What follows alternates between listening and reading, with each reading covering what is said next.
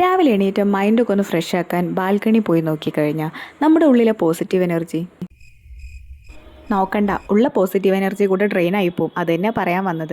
നോക്കൂ, ലെഫ്റ്റിലോട്ട് നോക്കിക്കഴിഞ്ഞാലും ഫ്ലാറ്റാണ്, ഇനി റൈറ്റിലോട്ട് നോക്കിക്കഴിഞ്ഞാൽ അവിടെയും ഫ്ലാറ്റാണ്, മുന്നിലും ഫ്ലാറ്റ്. പിന്നെ ആകെ ഒരു സമാധാനം എന്താണെന്ന് വെച്ച് കഴിഞ്ഞാൽ മുകളിലോട്ട് നോക്കിക്കഴിഞ്ഞാൽ ആകാശം സൂര്യനെയും കാണാമെന്നുള്ളതാണ്. കിഴക്ക് ഭാഗമായതുകൊണ്ട് സൂര്യ ഉദിച്ച് വരുന്നത് കാണാം.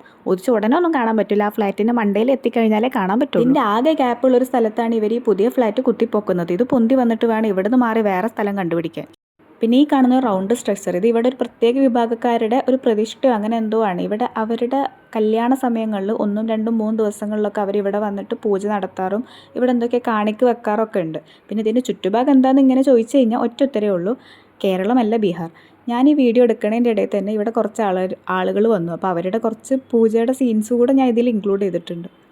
ഇത് കല്യാണത്തിന് മുന്നേ ഉള്ളത് ഏതോ ദിവസമാണ് തോന്നുന്നു, കാരണം പെണ്ണിനൊന്നും കാണാനില്ല. എന്തായാലും പുറത്തിറങ്ങിയ സ്ഥിതിക്ക് ഒരു കുടം വെള്ളം ഇവിടെ ഒഴിച്ചിട്ട് പോകാം. നല്ല ചൂടാണ്. അപ്പോൾ വെള്ളം ഒഴിച്ച് ഈ വെള്ളം കെട്ടി നിർത്തി ഒരു 10 മിനിറ്റ് കൊണ്ട് തുടങ്ങും. പക്ഷേ ഇത്തിരി തണുപ്പ് നമുക്ക് അകത്തോട്ട് കിട്ടും. ഇന്നത്തെ വിശേഷം ഇത്രയൊക്കെ ഉള്ളൂ. അപ്പോൾ ഓക്കെ, ടാറ്റ.